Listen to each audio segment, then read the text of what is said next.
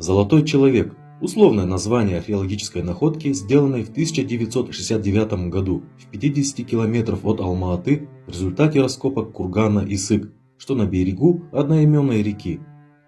Возведение этого кургана относится к IV-III веку до нашей эры. Эта находка стала одной из богатейших в истории советской и казахстанской археологии.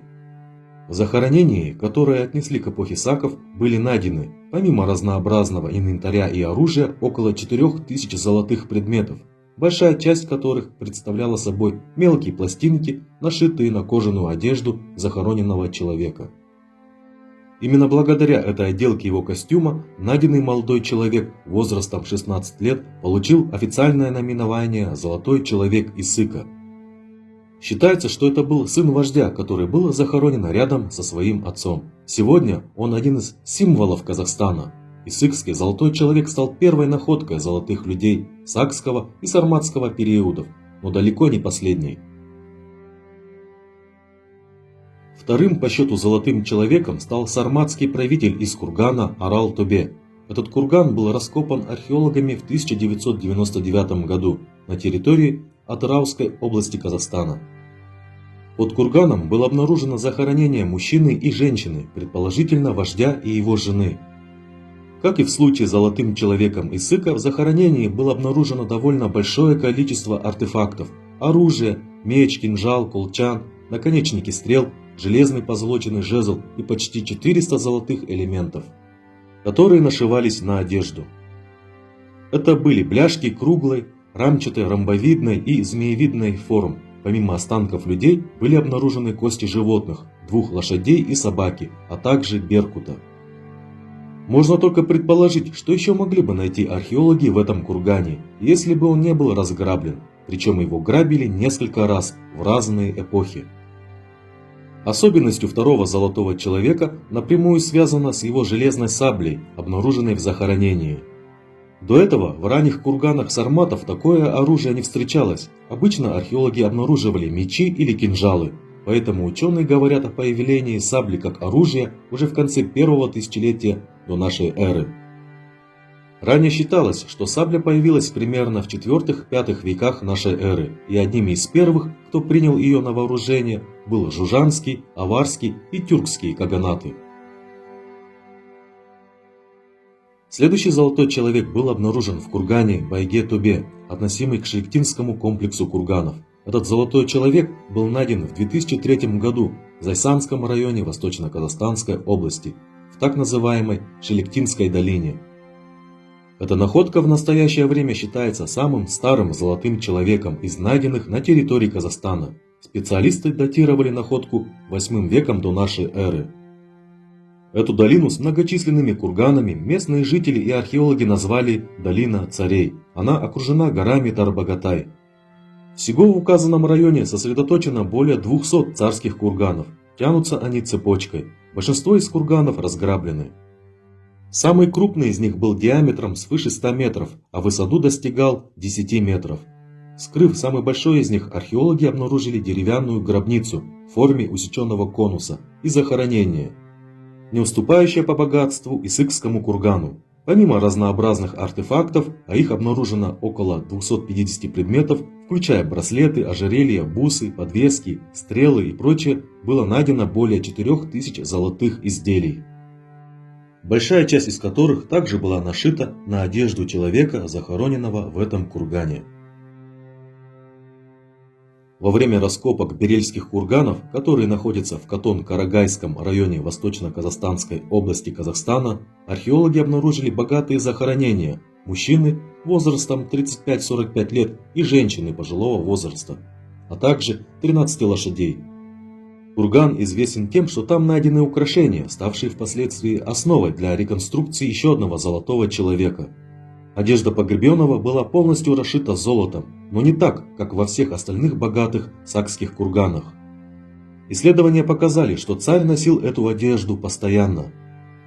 Кроме того, ранее в соседних курганах было обнаружено еще некоторое количество золотых и ценных вещей. Часть этих находок была обнаружена еще в дореволюционный период, и большинство из них сейчас хранится в Российском музее Эрмитаж.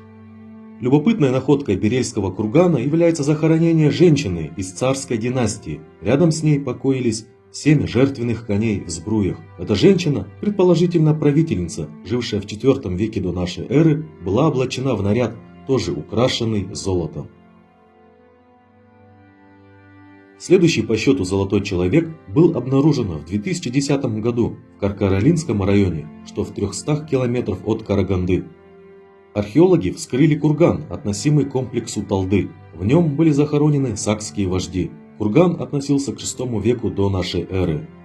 В процессе исследования были обнаружены ювелирные украшения, оружие и часть одежды. Самая главная находка была сделана в одном из 8 курганов. Археологи извлекли скелет молодого человека, а также наконечники для стрел, украшения в типичном зверином стиле, но выполненные необычным для того времени способом. Археологи полагают, что по значимости эту находку можно сравнить с золотым человеком из Эссыкского кургана, так как одежду этого захороненного человека украшали многочисленные конусовидные, сделанные из тонкого золотого листа, украшения. Следующая находка археологов, относимая к так называемому феномену «золотой человек», была обнаружена в 2012 году. Речь идет о захоронении женщины, обнаруженной в одном из курганов в Теректинском районе Западно-Казахстанской области. Исследуемый археологами комплекс получил название Таксай-1, так как рядом находится одноименная станция Таксай. Предполагается, что возраст уникальной находки более 2500 лет. В кургане высотой более 1 метра ученые обнаружили захоронение женщины, а также золотые серьги, кольца, нагрудные украшения и подобные артефакты в количестве около 500 штук. Останки женщины назвали «золотой принцессой». Ее возраст на момент смерти составлял примерно 35-40 лет. Ее платье и покрывало были украшены вышивкой золотыми нитями. Рядом с ней были захоронены еще 2 стражника, что свидетельствует о ее высоком социальном статусе. Кроме того, из кургана извлечены множество других артефактов, включая уникальный гребень с изображением батальной сцены того периода между саками и персами, конскую узду, бытовые предметы, украшения и вещи, которые, согласно поверьям, были необходимы в загробной жизни. Вблизи места захоронения был возведен мавзолей «Таксайская принцесса» высотой 7 метров и шириной 4 метра. В 2018 году в кургане Илейке-Сазы, Тарбагатайский район Восточно-Казахстанской области, был найден 7-й по счету золотой человек. Находка имела исключительное значение, это захоронение было не тронуто грабителями и практически сохранилось в первозданном виде. Захоронение было отнесено к сакской культуре и датировано 8-7 веками до нашей эры.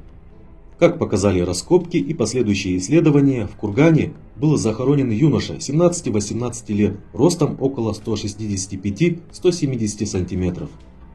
Одежда его с головы до ног была расшита золотым бисером. На шее юноши была золотая гривна, рядом положены колчан с золотой накладкой и кинжал в золотых ножнах.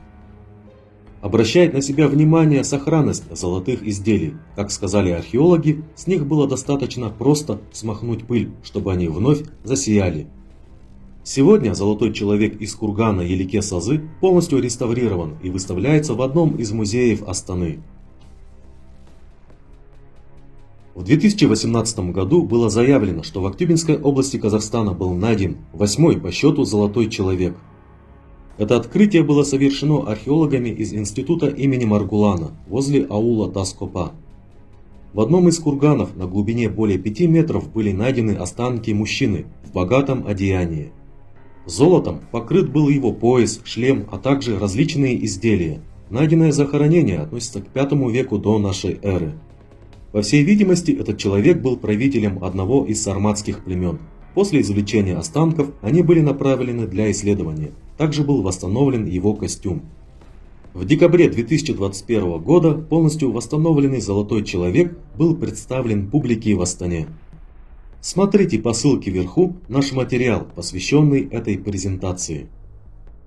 Помимо указанных артефактов, на территории Казахстана были обнаружены еще ряд захоронений с останками людей, которых также иногда причисляют к категории «золотой человек». Одна из таких находок была обнаружена в 2013 году. Это были останки женщины-жрицы. Ученые предполагают, что она жила в период 4-3 века до нашей эры. Захоронение женщины было обнаружено в Урджарском районе Восточно-Казахстанской области археологической экспедицией под руководством археолога Тимура Смагулова. Работы на древнем кургане носили плановый характер, никто не думал, что они найдут столь уникальное захоронение. В ходе раскопок были обнаружены останки каменного саркофага, который был полностью запечатан. Стыки каменных плит пригнаны очень тщательно. Когда начали вскрывать саркофаг, то археологи увидели, что он внутри полый, туда даже грунт не попал. Это была большая редкость для изучения древних курганов. Когда раскопки продолжили, археологи вначале подумали, что это захоронение молодого человека. Позднее оказалось, что это молодая женщина. При изучении деталей этого захоронения увидели, что в ногах у женщины находится жертвенник, где расположены священные сосуды с остатками еды, различными снадобьями и другое. Голову увенчивали остатки предмета, похожего на золотую корону. Поэтому в медийном сообществе эта находка получила название «Уржарская принцесса». Примечательно, что женщина была современницей так называемой Укокской принцессы. Ее останки были обнаружены на плато Укок в Горном Алтае, России. Это захоронение относится к пазырыкской культуре алтайских саков. В целом, изучением уникальной находки и реконструкцией костюма женщины занимался руководитель научно-реставрационной лаборатории «Остров Крым», художник-реставратор Крым Алтынбеков. Еще одним претендентом на статус «золотого человека» является захоронение из кургана, обнаруженного в начале 2007 года. Эту находку археологи обнаружили на окраине Астаны.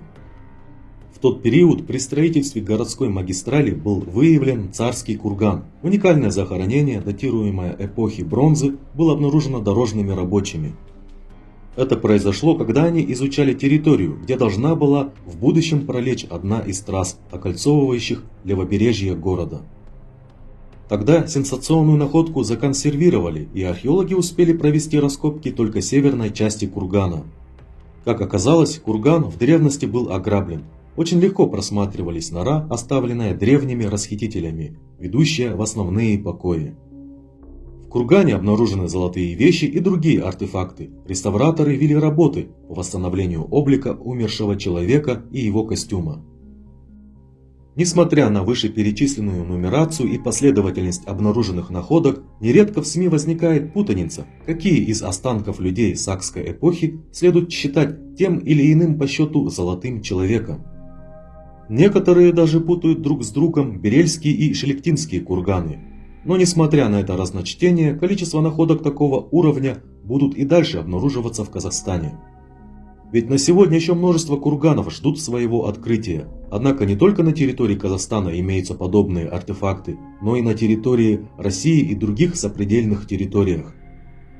Например, в кургане Аржан-2 на территории Республики Тыва были обнаружены останки знатных фигур сакской эпохи, мужчины и женщины, и датируются они 9 веком до нашей эры. Он считается одним из старейших сакских курганов.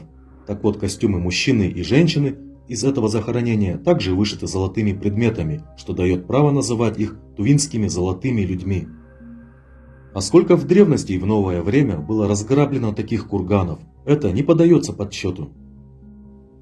Помимо украшения костюмов людей, ранние кочевники создавали и золотые погребальные накидки для лошадей. Одна из таких находок была найдена в России, в Ростовской области, и относится к сарматской эпохе.